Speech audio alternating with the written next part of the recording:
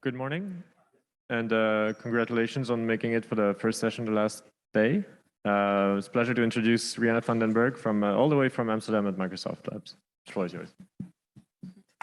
Yeah, thank you to the organizers for organizing this wonderful workshop. I've already learned a lot from all of the great talks yesterday and the day before. As already said, my name is Rihanna. I'm a researcher at Microsoft Research in Amsterdam. And what I'm going to talk about in the next 20 minutes is a very high-level overview of the type of research we do in around molecular modeling in Microsoft Research. So it'll be pretty lightweight, so hopefully that's suitable for the fact that it's Saturday and at 9 a.m. All right. So about, I think, a week ago, Microsoft announced this. Let me not stand there. Microsoft announced a big investment in a global team on AI for science, and a global team that is spread out over different locations in Asia and the UK and in the Netherlands. And this team, as I said, is going to be focusing on AI for science, which is admittedly a pretty broad topic, but it's one of the more focused areas now within Microsoft Research. And we hope that by having a large number of researchers focus on this particular topic, that we can contribute to advancing the state of the art in computational methods in chemistry and biology and physics with deep learning. So this initiative is led by Chris Bishop, who was also formerly the head of Microsoft Research in Cambridge. And I think whenever we talk about this with other people, they're like, why does Microsoft want to do this, right? What's their motive? There must be a motive. And I think the first one is pretty obvious, is that Microsoft Research has lots of researchers, and a large part of them are actually interested in just doing research in the natural sciences. So I'd say just general interest is a motivation. But what's more is that, of course, Microsoft is a cloud-based company, right? So they have lots of compute resources that they would like other people to use. And they're also realizing that lots of the compute workload currently being spent is on computational pipelines in chemistry and physics and biology. So it's important for Microsoft to understand what these compute workloads are actually used for, so that they can try to contribute to that as well. And finally, Microsoft, like most big tech companies, have a pledge to be carbon negative, in this case in 2030, which is really soon. And I think in order to, like everyone, we realize that in order to achieve such a goal, which is very ambitious, we need to obviously improve our current computational pipelines a little bit. And that's one of the motivations, one of the other motivations for trying to invest in this area. All right, so I think this type of research within MSR started actually in Microsoft Research in Beijing, where there is already quite a large research group in general, but also a large group of researchers who are focusing on AI for science. So, for instance, graph formers who contributed very much to the OC20 challenges was actually made by Microsoft Research in Beijing. And starting last summer, a new team within Microsoft Research Cambridge, which of course existed for much longer already, has started to be formed around AI for science. And at the same time, in Microsoft Research Amsterdam was founded.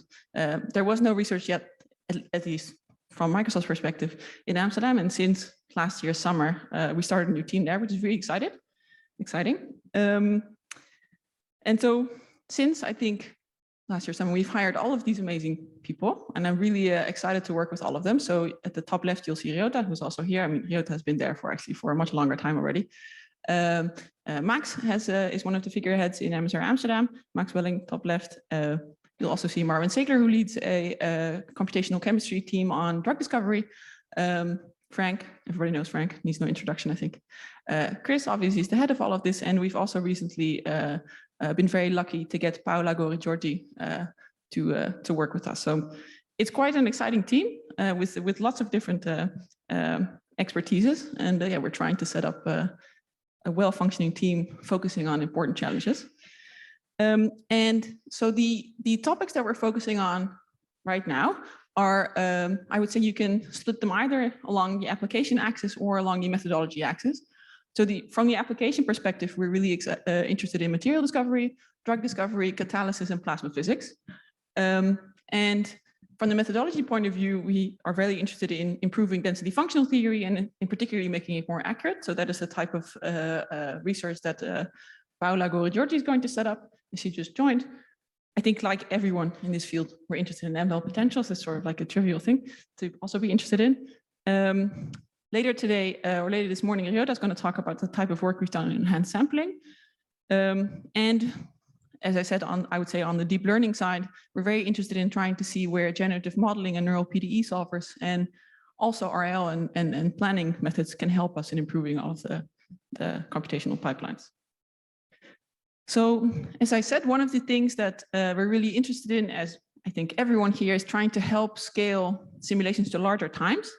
And as part of a project that we call Timewarp, we've tried to, for instance, come up with a generative model that instead of doing simulation with small steps, actually allows us to make larger jumps in time by training, for instance, normalizing flow. So for more details, Ryota is going to talk about that later this morning, so I'm very excited about that. And the other type of, from the application point of view, where we're interested in the longer timescales is in structure deformation in heterogeneous catalysis. So Nong Artreith is of course, very well-known figure in heterogeneous catalysis, and she's also a visiting researcher with us in Amsterdam. And Li Xinsun is also a researcher with us and has previously done quite exciting work on ML potentials. And finally, another application where this plays quite an important role is in turbulence modeling and plasma physics, and Johannes Brandstetter, who has done quite exciting work in PDE modeling, is working on that. All right. So as I said, the other type of area that we're really interested in, or the application we're really interested in, is in catalysis. Of course, catalysis is a crazy big topic. So particularly, we're interested in trying to improve the atomistic reaction mechanism modeling with deep learning by first, of course, trying to figure out what the actual current computational methods are for that. And so the type of framework we're really interested in is the framework of reaction networks, where we're, of course, particularly interested in reaction networks that have a catalyst in them, where in this case, you see the catalyst on the bottom right, which reacts with the reactant R and has an alternative pathway that has a lower set of energy barriers than the uncatalyzed pathway. So with these reaction networks, of course, you have to first construct them and then actually compute the evolution of concentrations of all species in this reaction network. And to do that, I guess there's many different ways, but one of the ways in which you can do that is take two compounds, A and B, produce some conformers for both compounds, put them in the same box, look at the potential energy surface, and try to create transitions, say, pathways of elementary steps that give essentially pathways for reactions. And so this is how you can construct one of these reaction networks. But of course, the big problem here is that for all but the simplest reactions, these reaction networks kind of blow up, right? If you just looking at all the possible combinations that you can put two compounds together, you're going to quickly blow up in a very intractable way. In order to get, if you want to enumerate all of them, that's basically intractable. So brute force enumeration typically doesn't really work. So you kind of want to have good coverage of the relevant kinetic pathways, relevant in the sense that they are the pathways that actually contribute to, for instance, the rate of the product. And ideally, because these are so big, right, we want to have a fully automated pipeline for the construction of these reaction networks. But it seems from so far that a fully automated pipeline is actually really difficult because trying to determine which pathways are promising to explore typically requires lots of heuristics. So one of the, I would say, sub-challenges in this construction of reaction network is trying to do, of course, potential energy surface exploration, where you start from a reactive complex that is somewhere close to a local minimum, and you have to look around in this extremely high dimensional space for nearby transition states and local minima for which the pathway actually corresponds to a bond breaking or forming transformation, right?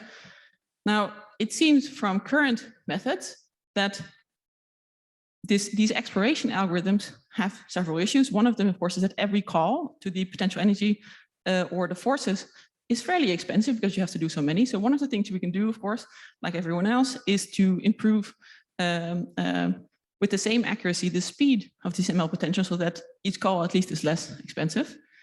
And the other thing we can do is actually do smarter exploration, right? So if you, for instance, look at reaction network discovery programs such as Chemoton developing in ETH Zurich, it seems that only 10% of exploration trajectories actually lead to a successful finding of an elementary step, which is lots and lots of computation wasted. So we're trying to work on these two directions, trying to basically find smarter exploration algorithms and reducing the cost of each call. And furthermore, as I said, it's quite important that you focus all of your compute on the important pathways, right? The pathways that are kinetically relevant. And I think there's really promising, there's I would say, evidence from the past that suggests that we could really do that for reaction network as well.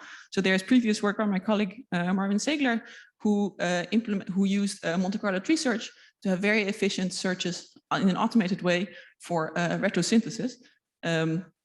And you could imagine that you could apply this to reaction network discovery as well. And this has also been done recently for heterogeneous catalysis, which is extremely difficult to build reaction networks due to the large number of active sites on the surface. And I think this is the first work that shows that this type of planning and focusing your resources on, say, the trajectories that you actually want to explore that are kinetically relevant is really possible with with methods like Monte Carlo tree search.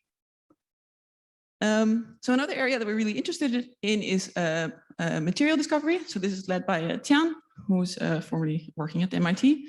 And here the idea is to basically improve, as I said, the search for stable materials.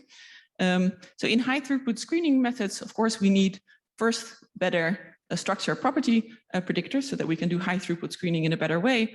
But the initial set of stable materials that we know is actually pretty small. So we need to have methods, better methods, that produce candidates for stable materials. And this is part of the work that this group of people is working on. And the idea here is to learn a generative model from data and sample new materials from the data that is stable both from the perspective that it produces materials that lie on the local minimum of your potential energy surface, but that are also stable from the perspective that it has the correct bond preferences. And so this generative model here is not only meant for just producing unconditional, say, materials candidates, but also material candidates that are optimized for a particular property, which here is indicated by Y. And so there's lots of work on generative modeling for molecules, but it seems that for materials, it's actually, well, there's additional difficulties. And the reason is that, of course, for materials, we have periodicity constraints, right? And we have, of course, also symmetric invariances. And crystal structures have to be, you can come up with lots of crystal structures, but only a very small subset of them are actually stable. So that's actually a pretty challenging task. And in this previous work by Tian and colleagues, I think he demonstrated that with a fairly simple architecture, which is a mixture of a variational autoencoder and the diffusion model on the decoder, you can actually generate quite a lot of stable materials. And so the model roughly consists of an encoder, which takes your material, which you can describe by, of course, the atom types of all the atoms in the unit cell, the positions of the atoms in the unit cell, and the lattice vectors.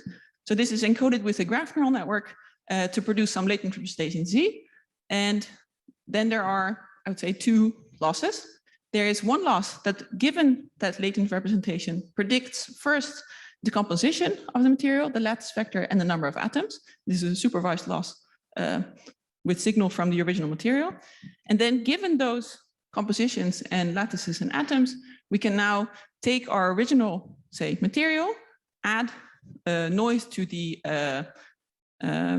positions of the atoms and flip some of the, or switch some of the atom types and try to have a score, a denoising score network that tries to denoise the corrupted material back to the stable material. And so it turns out that this works pretty well. And one of the things that Tian managed to do is to do this all for in a setting where you have the right symmetrical invariances. So this takes into account periodicity and also global rotation invariance.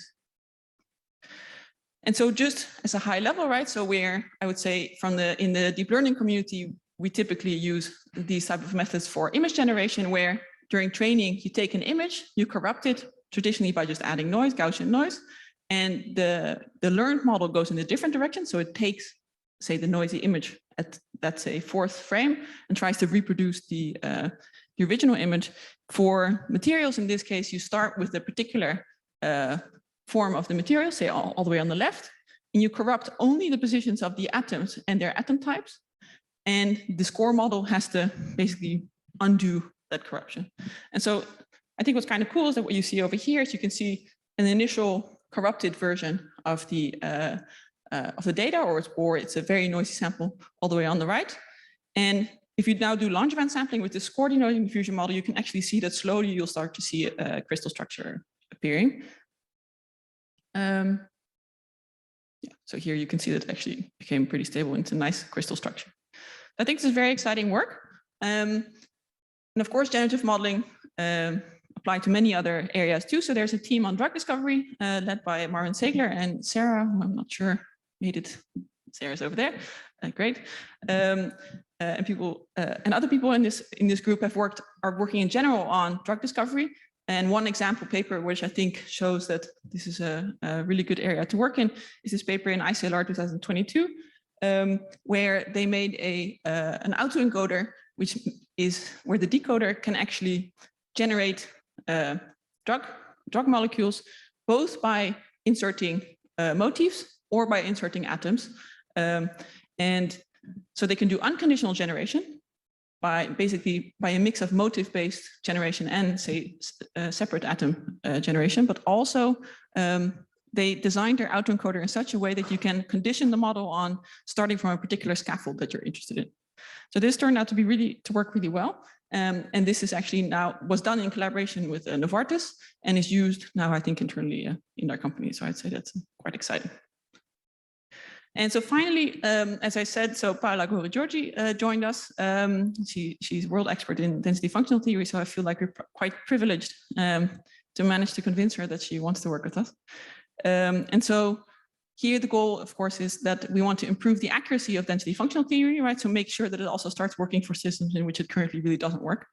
And related to that, of course, we're also interested in improving our ALMA potentials, where it's quite interesting to figure out for which applications we want them faster and for which one we want them more accurate. It's something we're trying to figure out. Let me check. Okay, I think how much time do I still have? 5 minutes. Okay, I'll make this quick. So I think when we sort of like started these teams, working on these teams, we're obviously the new kids on the block, so we're probably pretty naive on what are the possible topics that we should study. But we do all believe, of course, that deep learning has been already very successful in computer vision and natural language processing, natural language models, and we've seen some exciting work in AI for science already, where you can clearly see this is an area worthwhile investing. But I think we do have some challenges ahead of us with the fact that we are working in an interdisciplinary community, right? So we have people coming up from, say, the deep learning side who have very little experience in working on the natural sciences. And we have people from the natural sciences who have less experience, I would say, in deep learning. And so although I think I think we're all convinced that that's a good thing, right? Creating interdisciplinary communities, it, for instance, promotes out-of-the-box thinking. But I do think there's already quite a risk of having disconnected progress between different communities. I think it's pretty difficult sometimes for people coming from deep learning to understand what it means to truly have a useful contribution in this field, right? So for instance, okay, I'm going to make an ML potential model. I'm going to make it really big. And then some people are like, I don't want a really big model. I want a really fast one, right? It's pretty difficult for people new to the field of the natural sciences to understand that. So I think as a community, we could probably improve that a little bit. And one of the things that I already started noticing in the previous workshops, we were talking about some work in Acellera, and you could literally see some of the domain experts rolling their eyes like, that's so useless. Why are you doing that, right? But it would be good if we actually, if we can have a better common understanding of what the actual properties are for our models that we want in order to make them useful, rather than maybe a nice academic exercise. So cross-disciplinary communication also, not only, of course, in our general community, but also within Microsoft, is proving quite an important thing that we all need to work on. And the reason for that is that it's great, right? Thinking outside of the box, but we don't want to be random. We don't want to do a random search, right? We really all want to make progress towards something useful. And so sometimes it appears to the newbies like us that it's really hard sometimes to understand what the type of out-of-distribution generalization is that we want, right? We all say we want out-of-distribution generalization, but this is still a very vague concept, right? Out-of-distribution, what exactly, right? So it would be great to get a bit more clarity on that. And as I said, in what case do you want more accuracy? In what case do you want more speed? And there seems to be a little bit, although many people here are working towards this area, it's kind of hard to evaluate properly, let's say, the properties of the model that you actually want to test for, right? So if you say, okay, I want to use my ML potential in an MD simulation, then we kind of probably have to all come up with a pipeline in which you can actually properly evaluate all the different models together, right? So it seems that for us newbies, these things are quite important to learn more about. So I would be very happy to have discussions with all of you about that. And then maybe just to end, these are again the people that we work with. Very exciting. Some of them are here. Sarah's in the back. Viota's here. Maybe Bas is somewhere here. Yeah, be happy to learn from all of you more on this area. That's it.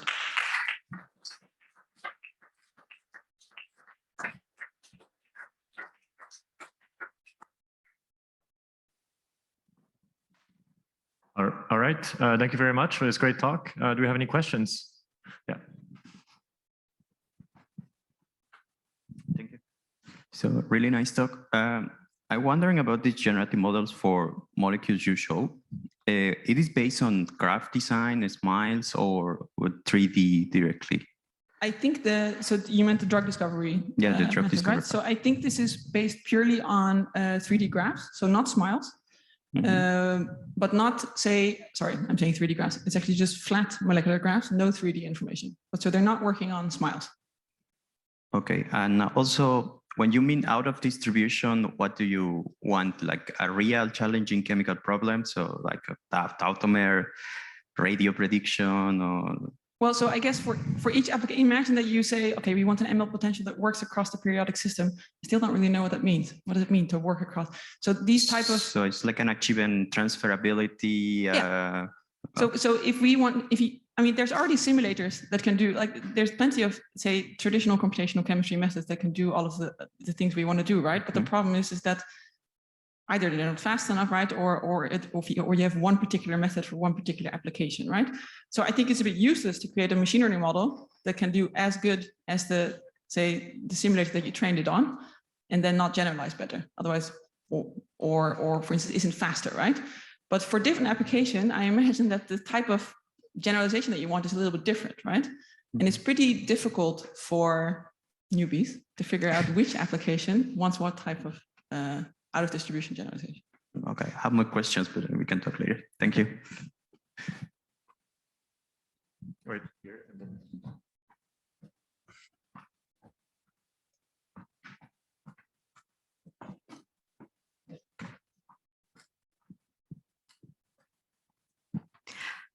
Thank you so much for this observation of what Microsoft is planning to do, and it's really cool to see that a lot of science getting into industry. And I like that you mentioned that we have to share of our understanding and our plans, what to do and so on. But then I have a question, it's more philosophical, that we know that industry doesn't really like share their technologies and data. And it's also true for academia, experimental data never gets shared. What do you think? Is there the way how we can change this paradigm right now? So I think, I can only speak for what Microsoft's intentions are, is to make our developments open source. So we're not going to do this thing where we publish something and then keep our nice code bases closed source, right? That wouldn't be very cool, I think. So I think from an industry point of view, it's basically in the hands of the company that wants to contribute, right? But I feel like in academia, sometimes the incentives aren't really there to really share, right? So that seems like a really tough problem that I have no clue how to solve that, but I feel like if the incentives are not there to share, how are we ever going to do it, right? So yeah, I don't know how to solve it. Thank you. This maybe touches a tiny bit on what was just asked, that I mean, we're sort of the physics/simulator community, so maybe sort of it was catered to us in some sense. But at the end of the day, this is all at the service of realizing things in the physical world. And you know, I think the two big examples that you had of sort of big hits of deep learning, both were trained on experimental data, right? Like AlphaFold was trained on sort of highly curated public data. And Marvin had access, I think, to Reaccess maybe. So that was highly curated private data. Okay. So how do you folks plan to interface with sort of with the physical world for that, you know, that last mile is going to be 90% of the expense? Yes, yes. The mile where you, instead of basically only have synthetic data, you actually focus on say, experimental data. I would say that the nature of the task can only be demonstrated to succeed. Yes. One sort of step farther down when sort of Yes. things get realized physically. Yeah, so in order to do that, right, so first, I mean, as I said, we're kind of newbies. First, we're trying to get a good understanding of all the computational methodologies, but we're also really open to and actively looking also for experimental collaborators. So for instance, if we're interested in improving Catalyst, if we can't verify our results with experiments, then we're kind of doing useless stuff. So we're very interested in that. Yeah, it takes time. Do you have one more question? Maybe the next speaker can set up as well. Yeah.